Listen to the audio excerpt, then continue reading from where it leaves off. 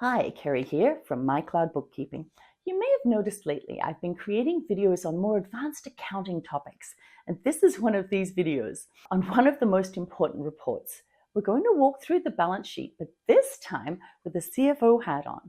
So typically, this would be a larger organization where the person reviewing the reports does not have their fingers in every pie. They may not know the ins and outs of all of the transactions in the same way a business owner would, and will have a more strategic focus on the results and cash management.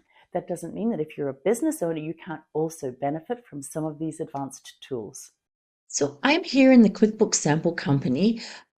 If you're a CFO, you may or may not be using QuickBooks. You're possibly using some more advanced software, something purpose-built, perhaps NetSuite, Oracle, anything. But QuickBooks does exactly the same job, and it's the one I'm accustomed to working in. So we're going to start right here on the balance sheet. Now, the interesting thing about the balance sheet is that it is at a point in time. So here we have it as of December 31st, 2025. So let's pop here. It's now year end. And we're looking at a balance sheet at the end of December.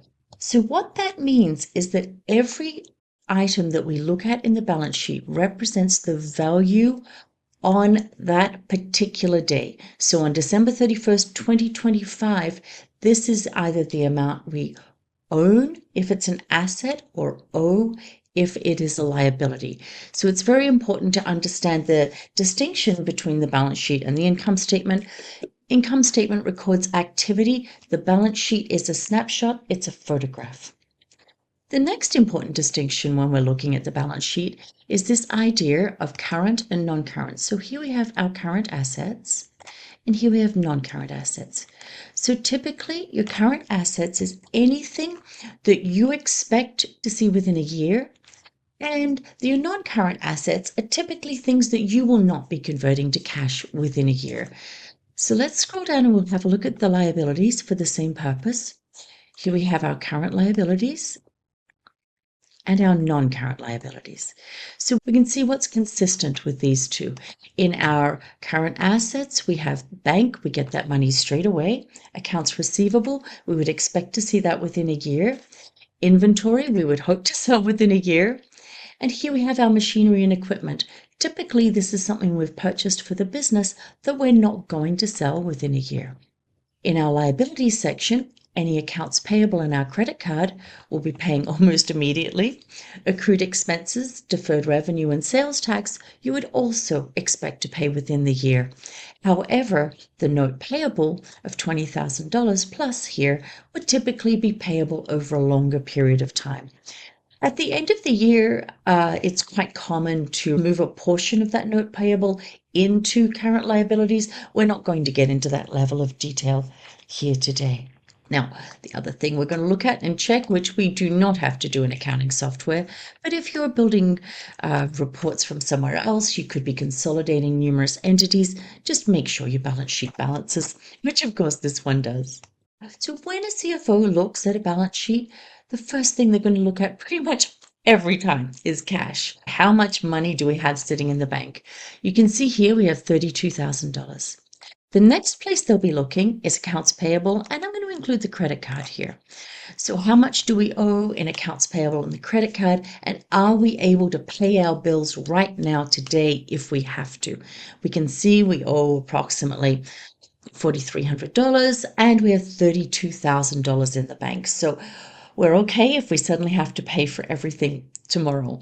The next place we're going to look is our accounts receivable, because this is how much money we have coming in. Sales tax payable also here is important. Typically that's a little bit further out. It's not usually tomorrow. So next it'll be the profitability. We can see here the profit for the year is only $2,800. I'm going to pop and have a look at the profit and loss. I always like to look at a profit and loss by month. It tells you a story, there's a rhythm, there's a pattern. So if we have a look down here at our net income, we can see it kind of fluctuates quite wildly. Now, you will have been looking at this every month, so it shouldn't be a surprise right now in December. Be looking at some of these months. You will have seen that February, there's a huge loss. You'll scroll up, there were billable expenses that won't build until March. That's why the March net income is so much higher. May, we also have a loss here. What happened in May? It does tend to be related to a drop in sales. Typically, your operating expenses here are going to be pretty level. And you can see, other than here in November, we had expense that probably should be prepaid. We should be assigning that across the months, a large charitable contribution, and some computer expenses. So these are things that I guess are not typical, and they've been recorded as expenses in November, impacting the profitability. So looking at this over the months, the net income by month, just helps you see what's going on. You can scroll up and further investigate anything that needs to be investigated. I won't be getting into this further. I have another video on the income statement. Now, focus today is, of course, the balance sheet. I'm going to touch on ratios here and now. We mentioned a moment ago about the checking account, accounts receivable, and accounts payable.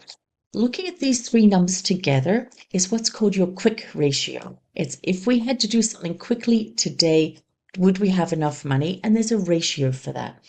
I've calculated the amount in the bank and the accounts receivable totals $53,892, and then included the accounts payable and the credit card of $4,341.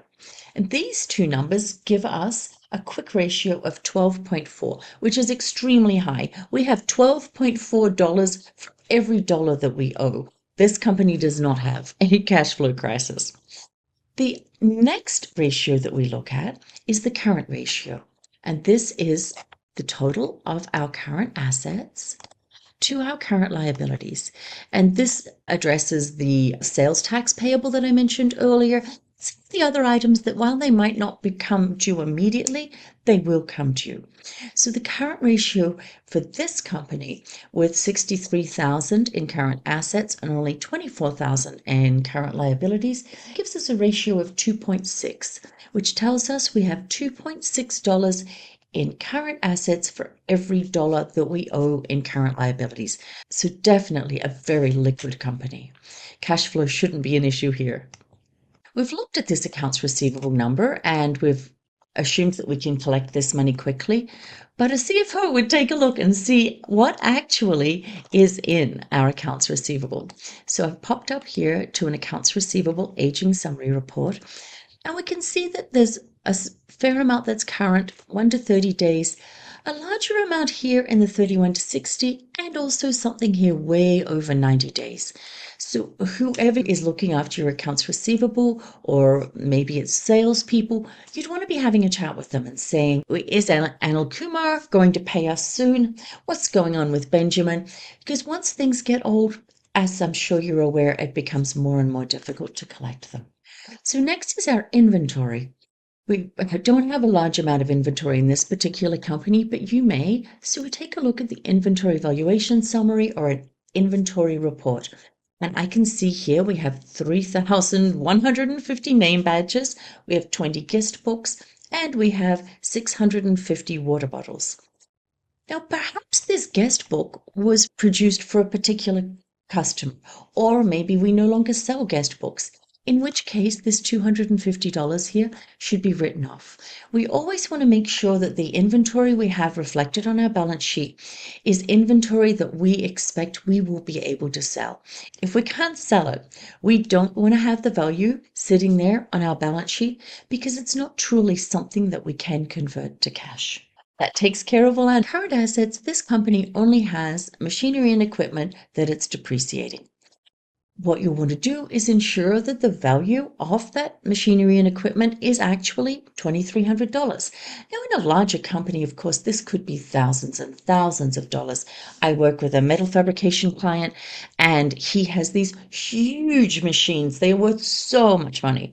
So if for some reason one of them was obsolete or was no longer working, they would need to write down the value of that machinery and equipment and not show on the balance sheet that they have such a high value of assets. We've touched briefly on the accounts payable earlier. Now we'll take a look at the aging summary.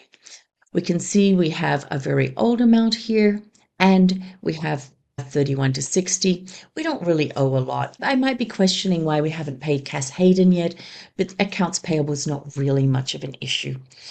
Now that we have looked at the accounts receivable and the accounts payable, there's another important ratio that we can run. It's called the accounts receivable days outstanding. So if we take our $21,000 here, and then we take a look at what our profit is, either by month or by year, but I'm going to go with the total income for the year, the 79,000. We divide this into it, multiply by the number of days of those sales, and we come up with a number of 99, which tells us it is taking us 99 days on average to collect our accounts receivable. So while we may not have a cash problem in this company, we definitely have a collections problem. So we need to make sure we're getting our money in, and this is where the CFO will be having a chat with the accounts receivable, the salespeople, whoever it is who's doing the collections. Now the similar thing for AP aging. When you're comparing the accounts receivable and the accounts payable, we're only looking at either credit sales or credit purchases. So I have made the assumption that the only items we have sitting here were to do with cost of goods sold, and the total for those was 49,808. That may not be accurate, but for the purposes here, these are likely the things that you'll be purchasing on terms. So if we get our 22,000 outstanding, we look at the 49,800-ish for our credit purchases. We are paying our suppliers in 16, 17 days. So it's taking us, our customers, 99 days to pay us, and we're paying things in 16 days. We could manage our cash flow a little better there if we delayed paying and collected faster. The next item we see is accrued expenses. We'd want to make sure that we have not yet received the bill for this item, because it's possible we received the bill, didn't reverse out the accrual, and doubled up the expense. So we'd be checking to make sure that hadn't happened. Now, next is deferred revenue. Depending upon the type of company you are, this could represent SaaS revenue, or it might represent money you've received for services not yet carried out. So you need to ensure that you have the people in place, that you're able to provide these services and deliver them in a timely manner. If not, you will owe this money back to the customers who've paid you in advance. Now we have one non-current liability here, the note payable. We're going to want to check when this is due. Also ensure that the interest has been calculated on it correctly. Given that it's a little bit of an odd amount here, hopefully the correct amount of interest has been accrued, but compare it to the statement and just ensure that it's not going to suddenly come due, in which case it should be represented in current liabilities, and that it's accurate with all of the costs included. A ratio that we can use for the second half of the balance sheet is the debt to equity ratio. If we look at the total debt here of 44,000 and we look at the equity of 20,000, we get the ratio of 2.1, which means that we have financed this business twice as much with liabilities as we have with equity. I don't think that's a problem here. We're probably not paying huge amounts of interest on the debt that we have. There's only the one note. But if you're looking at whether or not you can raise more money, or if you should be getting more injections of capital, this is a ratio that you'd want to keep an eye on. So to summarize, walk through every line in your balance sheet and make sure it's accurate. Make yourself a list of things to follow up with just to ensure that everything is being taken care of as it should in the management of the business, and then run your ratios.